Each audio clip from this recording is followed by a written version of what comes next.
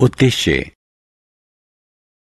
इस पाठ के अंत में आप निम्न करने में सक्षम हो जाएंगे: भिन्नता की अवधारणा पर चर्चा करना, समानुपात को परिभाषित करना, प्रत्यक्ष भिन्नता के अंतर्गत समस्याएं सुलझाना, विलोम अनुपात को पहचानना, विलोम अनुपात के अंतर्गत समस्याओं का मूल्यांकन करना। समानुपात। यदि 1 लीटर दूध की कीमत 9 रुपए है तो 5 लीटर दूध की कीमत क्या होगी? जवाब है 45 रुपए। इसी प्रकार हम 7 लीटर या 9 लीटर दूध की कीमत निकाल सकते हैं। यदि दूध के लीटर बढ़ते हैं तो कीमत भी इस तरह बढ़ती है कि अनुपात स्थिर रहता है।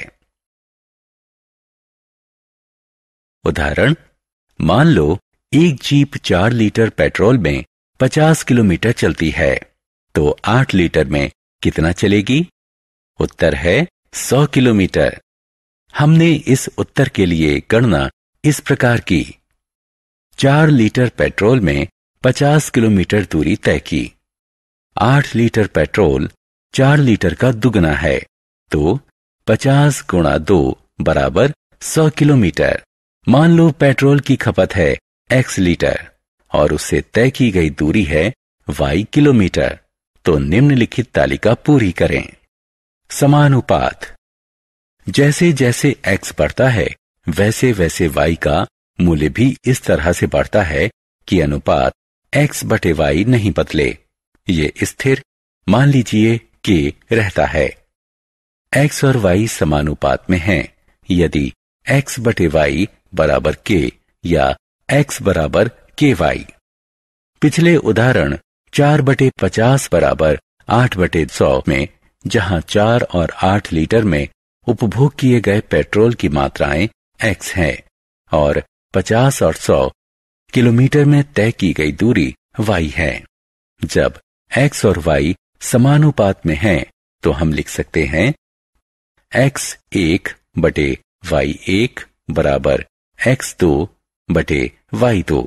y1 y2 घटा y के मूल्य हैं जो क्रमशः x1 x2 के अनुपात में हैं। उदाहरण 2, 50 मीटर ऊंची एक मीनार की 35 मीटर लंबी परछाई पड़ती है, तो समान परिस्थितियों में उस प्रकाश स्तंभ की ऊंचाई क्या होगी जिसकी 45 मीटर लंबी परछाई पड़ती है? हल। मान लीजिए प्रकाश स्तंभ की ऊंचाई है x मीटर। हम तालिका बनाते हैं जैसे कि नीचे दिखाई गई है।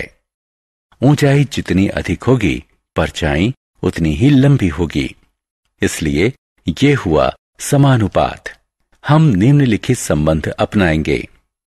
प्रकाश स्तंभ की ऊंचाई है 64.2 मीटर। यह संबंध इस प्रकार लिखा जा सकता है: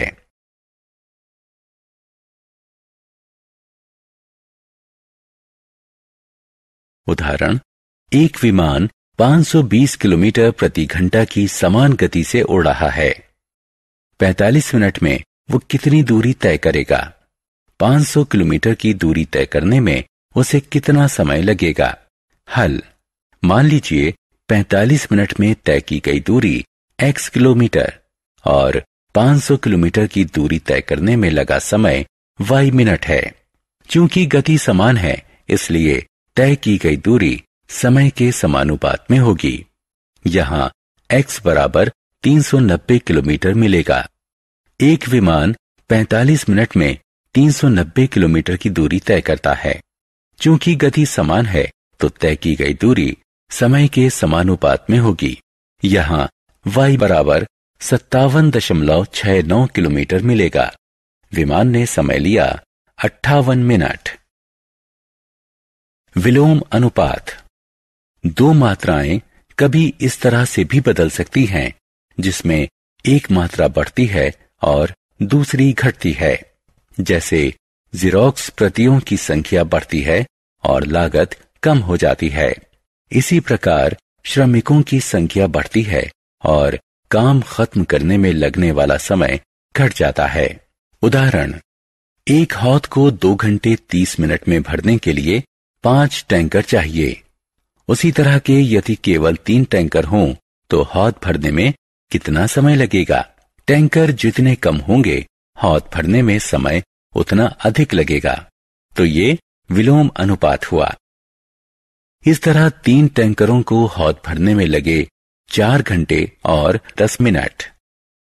विलोम अनुपात। उदाहरण, एक कक्षा में 30 छात्र हैं। उनके लिए 18 मेजों की जरूरत है।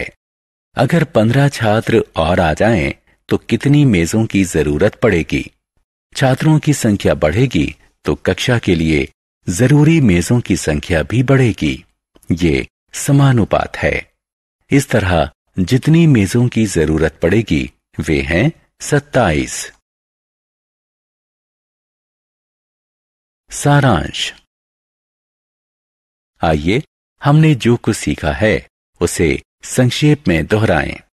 अगर 2 राशियां x और y इस तरह एक साथ बढ़ती घटती हैं कि उनके समकक्ष मूल्यों का अनुपात स्थिर रहे तो वो समानुपात में मानी जाती हैं।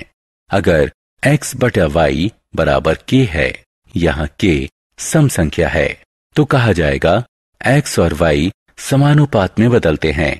ऐसे मामले में यदि y के मूल्य y1, y2 है, जो क्रमशः x की x1 और x2 के मूल्य के समकक्ष है, तो x1 बटा y1 बराबर x2 बटा y2।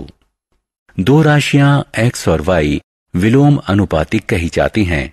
अगर x में वृद्धि होने से y में अनुपातिक गिरावट और इसके विपरीत भी इस तरह आती हो कि उनके समकक्ष मूल्यों का परिणाम स्थिर रहे, अर्थात अगर xy बराबर k है तो कहा जाता है कि x और y में विलोम अनुपातिक बदलाव होता है। इस स्थिति में यदि y1, y2, y के मूल्य हैं जो क्रमशः x के मूल्य x1, x2 के समकक्ष हैं, तो x1, y1 बराबर x2, y2 या x1 बटा x2 बराबर y2 बटा y1